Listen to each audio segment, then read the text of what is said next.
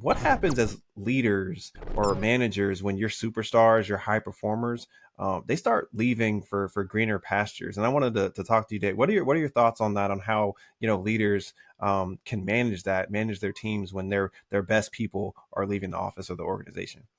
Oh man, I love that you asked that because this is the perfect time to talk about it. Yeah. I bet there's a large number of people out there who ended the year saying, "You know what? I'm going to cut out the toxic workplace that I work in. I'm going to move somewhere else. I'm going to look for something new." So this is the perfect timing. But I'd say the biggest recommendation for leaders to prep for it is don't let it catch you by surprise. Because one, people talk. So if this is the first time you're hearing that someone's trying to leave, you're not listening. And two, really, you should want your people to go. Like, I don't know about you, but the way I see it is like if I am the manager at McDonald's or like working in the company and I get a brand new high schooler who's going to be working my cash register or cooking in the back, like I should not expect them to stay there for 10, 20, 30, 40 years. Like as their boss, I should want them to grow and achieve more. Which means day one, I gotta have a plan. Hmm. What are your initial thoughts, man? Oh no, I agree with you, especially on the point that like one, it shouldn't be a surprise. If you're caring for your people, if you're taking care of your people, you're having genuine conversations, authentic conversations. It shouldn't surprise you, and mainly because like a part of what makes them great is like the fact that they're ambitious, right? Like they're high performers for a reason.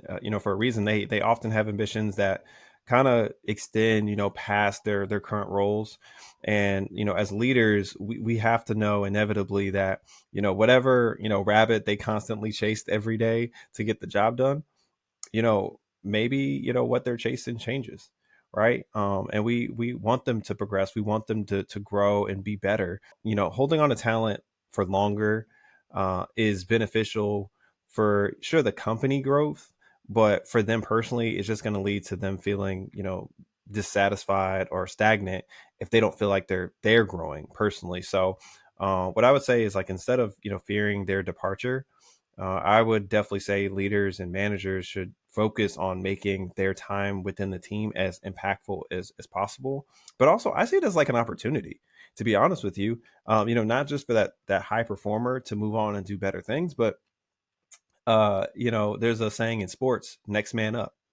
And if you have a high performer that's decided to move on, or they get promoted, or they do something else, that means that someone else gets to step up, someone else gets to show their potential, someone else gets to really possibly do something that they've always wanted to do.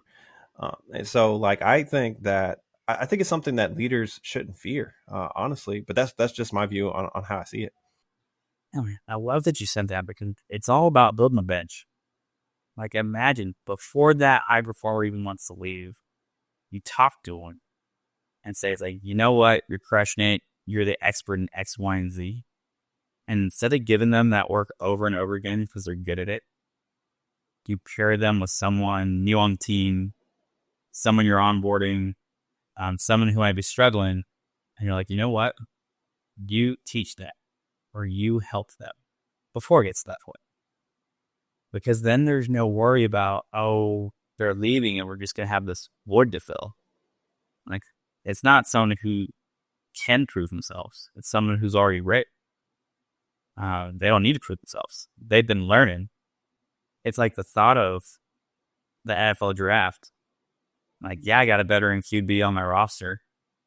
Even if I have 3, 4, 5 seasons left with them, I'm probably drafting a new guy. Let's Hmm. sit the bench a little bit. But he's going to learn. He's going to be Hmm. ready. I'm not going to wait until I have no QB to just grab like a random second, third, fourth round pick because I need somebody. I'm Hmm. going to plan. What you're really speaking on is talent development. Yeah. It's like prioritizing talent development over retention, and prioritizing, that mentality of next man up, or prioritizing, hey, what's this team going to look like 6 months from now? What's this team going to look like a year from now? Like, okay, this person has been here for this long. What's it going to look like if something happens and they leave? Or let's just, be more real life scenario, man. Like, what if something just happens to someone? Like, let's just say, like someone's going to be gone for, they take leave and they're away from work, you know?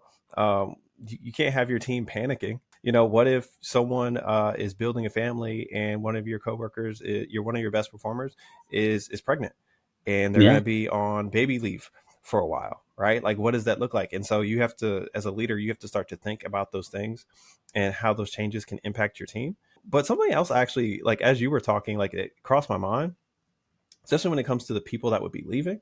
Man, I think we have to do a better job of just celebrating people, Oh yeah. like celebrating that departure. Yeah, like it's gonna hurt, us, hurt as a leader.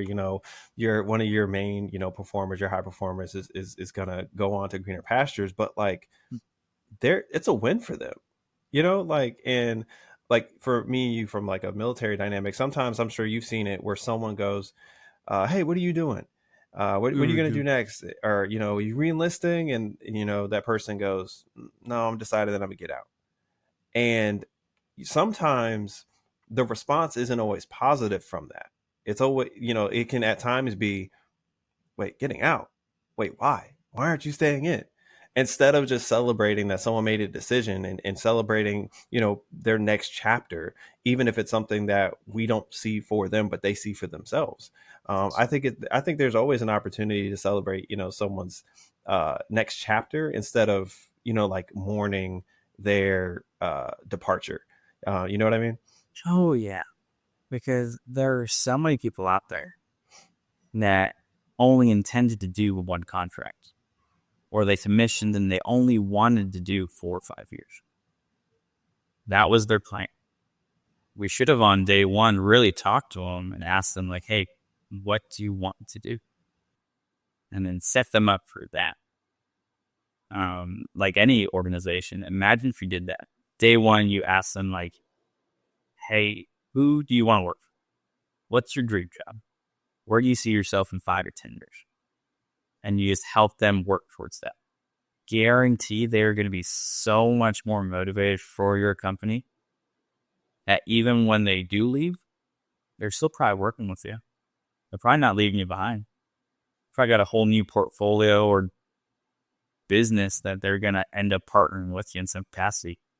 But Yeah. what's fascinating is that for civilian directors, people in the corporate sector, you kind of have a little more free.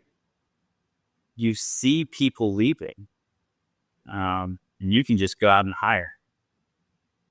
Like, you're a big company, there is a long line of folks trying to work for you. So sometimes you don't even have to stress about it. Bunch of new college kids, people in their 20s who have just dreamed of working for Amazon, Google, SpaceX, you name it, something crazy. But for the military, it's a little different. So I'm like, what are your initial thoughts when you can't necessarily just pick who you want on retaining that talent or figuring out what to do after they leave? You know, honestly, man, I think that one, I think we have to be able to recognize the impact on like the remaining team members. Mm-hmm. Because like when a high performer leaves, it can affect the morale and the workload of like everyone that's left. So I think that first of all, like as leaders, we have to be able to acknowledge like that impact and provide support for, provide support to address any concerns that people may have. And that's the part of having that open communication. You kind of mentioned it earlier. So that way you can kind of make like temporary adjustments and you can kind of ease that transition. I think it builds team resilience when Mm-hmm. you're adapting to a key member leaving. Um, and when that resilience is built, you're able to people are able to learn, build relationships, become stronger, like better at their job, have more confidence to lead and step Mm-hmm. up. The cool part, I think, is that you ultimately get to kind of create like a almost like this, not a cult, but almost like a culture. Actually, that's a better word. But like a Yeah. culture of like of alumni, like Oh yeah. advocacy. So like if you went off somewhere and you're like a former employee of our organization, our team, but we treated you well at the door, now you Mm-hmm. become like this powerful like advocate and ambassador for like our organization. And like when you do that, you kind of lay the groundwork for like a positive like future relationships and things like that. So Yeah. I think it's important because when that new talent comes in, those interns you mentioned, those people that really want to work for the company, it's not just the brand uh Mm-hmm. of the organization or just the work that's been done. It's also, what did previous employees say? Like, Mm-hmm. what did we, with colleges, it happens all the time where like, yeah, they want you to come to their college or university, but they're going to grab those alumni Mm-hmm. to tell you why their place is amazing and why you need to come here and all the perks and what special opportunities and mentorship they got by being associated with that. So I think it's important, honestly, regardless of what sector that you're in. But like those are kind of just my thoughts on like kind of the importance of having that culture, and regardless if you have people coming in or you've got people leaving. Oh, absolutely. Yeah, Absolutely. Because the number of organizations you walk into, military or not, like you can feel the difference in the culture. yeah, You know whether people feel like they're cared for versus not. Like you've walked in that organization where no one has left or no one has progressed or there's been no opportunities given. Uh, and you hear the people talk. yeah. And if you You took that 30-second clip and showed it to everybody else, Yep, no one's trying to work there. there it is. No one will work there. Yep. Um, so you've just got to be honest with your folks.